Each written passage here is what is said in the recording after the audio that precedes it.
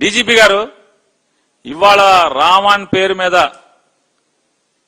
ప్రశ్న రావణ్ పేరు మీద మీరు చేస్తున్నటువంటి తప్పుడు పని ఈ రకంగా చట్టాన్ని దుర్వినియోగం చేసుకోవడం కోర్టు తీర్పులకు భిన్నంగా మీరు చేసేటువంటి ఈ తప్పుడు ఉద్యోగం మీకు అంతరాత్మ అనేది ఉండదు అసలు ప్రమాణం చేస్తారు కదా సార్ మీరు ప్రమాణం చేస్తారు కదా మీ పోలీస్ స్టేషన్ మీద దొమ్మికి వచ్చినటువంటి రౌడీ షీటర్లని ఏం చేశారు కేసు కడుతున్నారా మామూలుగా బూడిది డాబా మీద బూడిది చేస్తారా చేయరా పవన్ కళ్యాణ్ గారు చెప్తున్నారు కదా రౌడీ షీటర్లను తప్పులేదు బూడిది చేసేయండి అని ఏం చేస్తారా అంటున్నా చెప్పరా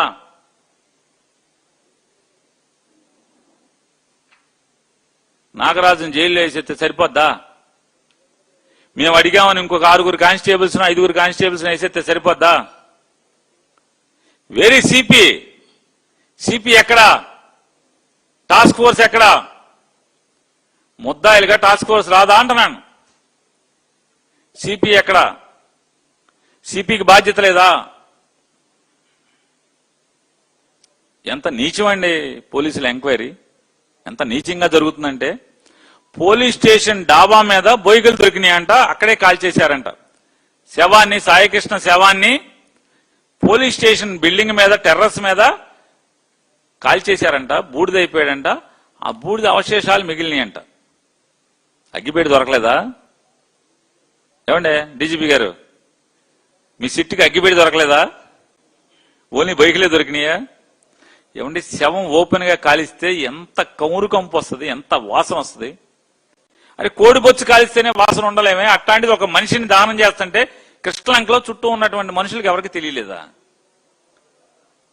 సిట్ వెళ్తే పోలీస్ స్టేషన్ పైకి వెళ్దా దైవప్రసాద్ పైకి వెళ్దా ఎంక్వైరీకి ఏసీపీ దైవప్రసాద్ పైకి వెళ్దా స్టేషన్ మొత్తం చూడ్డా హైకోర్టుని ఏమార్చడం కోసం హెబియస్ కార్పస్ పిటిషన్ ని మూసేయడం కోసం శవం లేకపోతే కోర్టు ముయ్యదు కాబట్టి బొయ్కిలు దొరికినాయని చెప్పి ఎవడు బొయ్కిలు అయ్యి ఏ శ్మశానంలో తెచ్చారా బైకులు ఎవడు బూడిదేది అంటున్నా ఎంత తెచ్చారా ఓ బస్తా తెచ్చారా ఎంత తెచ్చారు సార్ బస్తానా పోనీ సీసీటీవీ కెమెరాలు ఇవాళ కన్నా పనిచేస్తున్నాయా నాగరాజు ఎత్తేసాడు తుడిచేశాడు ఇవాళ పనిచేస్తున్నాయా అని అడుగుతున్నాను పనిచేస్తే ఆ బూడిద ఎక్కడి నుంచి వచ్చిందో చూపించాలి కదా సీసీటీవీ ఫోటోలో ఎవడు మోటార్లతో మోసుకెళ్ళాడో కనపడుతుంది కదా కనపడదా అని అడుగుతున్నాను వెరీ జగ్గపేట సిఐ 90 రోజులకి డిఫాల్ట్ బెయిల్ మీద ఎందుకు వెళ్ళిపోయాడు సాయికృష్ణ బయటికి ఇదంతా పోలీసు కుట్రా కాదా అని అడుగుతున్నాను సిపి గారి కుట్ర ఉందా లేదా ఎవరు తెలుస్తాడు విజయవాడ సిపి గారికి 6వ తారీఖు ఎత్తేసామన్నారు వాళ్ళ అమ్మగారు 9వ తారీఖు అనుకున్నది డేట్ పొరపాటున అయితే 6వ తారీఖే మీరు ఎత్తేసారు ఇది టాస్క్ ఫోర్స్ వాళ్ళు ఎత్తుకొచ్చారు టాస్క్ ఫోర్స్ వాళ్ళు ఎత్తుకొస్తే మరి అక్కడ పోలీస్ స్టేషన్ ఇంటిమేట్ చేశారా లేదా మ్యాజిస్ట్రేట్ దగ్గర ఇంటిమేట్ చేశారా మేము ముద్దాయిని అరెస్ట్ చేశామని చెప్పరా అంటే టాస్క్ ఫోర్స్ అంటే దైవాతీతుల చట్టాతీతులు ఏంటి వాళ్ళు చట్టాలు వాళ్ళకి పనిచేయవా ఒత్తించవా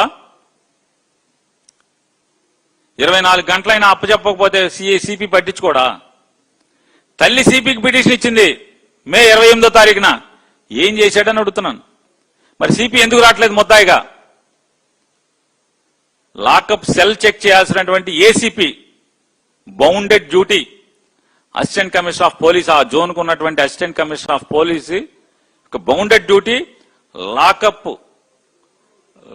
లో ఉన్నటువంటి ఎవరెవరు ఉన్నారు రోజు ఆయన చెక్ చేసుకోవాలి చూసుకోవాలి మరి సీసీటీవీ పనిచేయట్లేదు అంటున్నారు ఏసీపీ పాత్ర ఏది ఏసీపీని ఎందుకు ఫిక్స్ చేయలేదు సిపిని ఎందుకు ఫిక్స్ చేయలేదు టాస్క్ ఫోర్స్ ని ఎందుకు ఫిక్స్ చేయలేదు ఇంతవరకు నారా చంద్రబాబు నాయుడు గారు సిగ్గుపడాలి మీరు ఒక పోలీసు అంటే ఒక నరహంతకుడు లాంటి ఇప్పుడు 2 చంపేసినట్టుగా బయటకు వచ్చింది ఇప్పటికీ 2 సిఐ నాగరాజ్ చంపేసినట్టు బయటకు వచ్చి అర్థనాదాలు వినపడుతున్నాయి ఆ కుటుంబం ఏడుస్తుంది 2 చంపేసినోడు బూడిది చేసినోడు శవం కనపడకుండా బూడిది కూడా కనపడకుండా చేసినోడు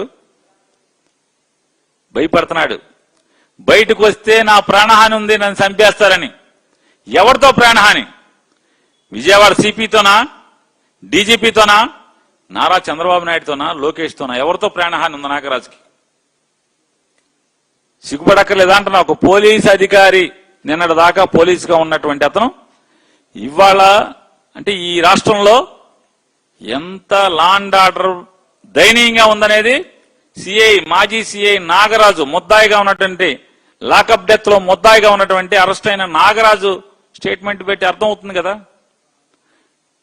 ఏమని చెప్తున్నాడు? ఈ రాష్ట్రంలో నా ప్రాణానికి హాని ఉంది, నన్ను బయటకు వదలబాకండి, వెళ్తే చంపేస్తారని చెప్పని సిఐ నాగరాజు చెప్తున్నాడంటే ఈ రాష్ట్రం ఎంత దిక్కుమాలితనంగా మీరు పరిపాలిస్తున్నారు. లా అండ్ ఆర్డర్ని ఎంత గాలి కుదిలేసి విచ్చలవిడిగా మీ పాపాలకు వాడుకుంటున్నారు. నేను అడుగుతున్నాను, నారా చంద్రబాబు నాయుడే కాదు, ఈ రాష్ట్రంలో విఘ్నులందరినీ కూడా అడుగుతున్నా, ఈ సమాజ హితం కోరేటువంటి పౌరులను అడుగుతున్నా. పోలీసులు ఇంత చెడిపోతే, పోలీసులు ఇంత దిగజారిపోతే, పోలీసులు వాళ్ళ ఉద్యోగాన్ని విస్మరించి ఈ రకంగా అడ్డగోలుగా చంద్రబాబు నాయుడికి తొత్తులుగా మారితే, అధికార పార్టీకి తొత్తులుగా మారితే సమాజం ఎక్కడికి తీసుకెళ్తున్నాడు నారా చంద్రబాబు నాయుడు? రేపు పోలీస్ అంటే భయపడేవాడు ఎవడో, పోలీస్ అంటే భయపడేవాడు ఎవడు? రేపు పొద్దున క్రిమినల్స్ రాజ్యం వెళ్తున్నారు కదా ఇవాళ.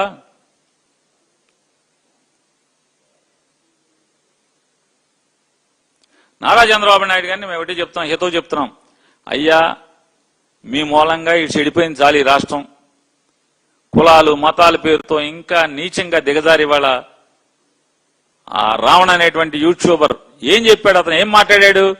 పవన్ కళ్యాణ్ గారు గతంలో వైఎస్ఆర్ కాంగ్రెస్ పార్టీ వాళ్ళని ఏమైతే బూతులు తిట్టాడో లేదా ఏమైతే మాట్లాడాడో అదే మాటలను రీట్రీట్ చేశాడు. మరి అప్పుడు నేరం కాంది పవన్ కళ్యాణ్ గారు, ఆ రోజు అది నేరం కాకపోతే ఇవాళ ఎలా నేరం అవుతుంది ఇతందేని అడుగుతున్నాను.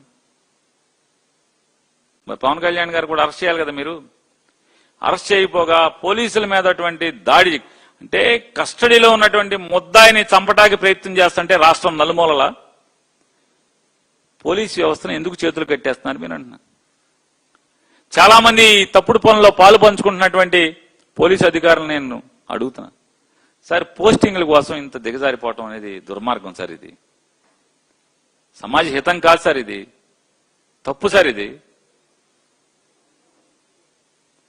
పెద్దాపురంలో ఒక వికలాంగురాలు, ఒక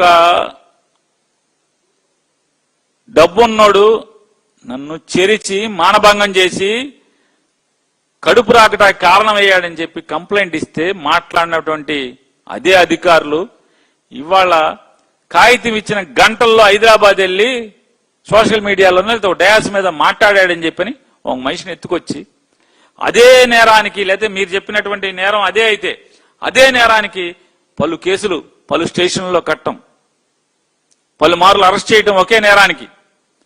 మీ దృష్టిలో అది నేరం అయితే ఒకే నేరానికి ఇన్నిసార్లు అరెస్ట్ చేయటం.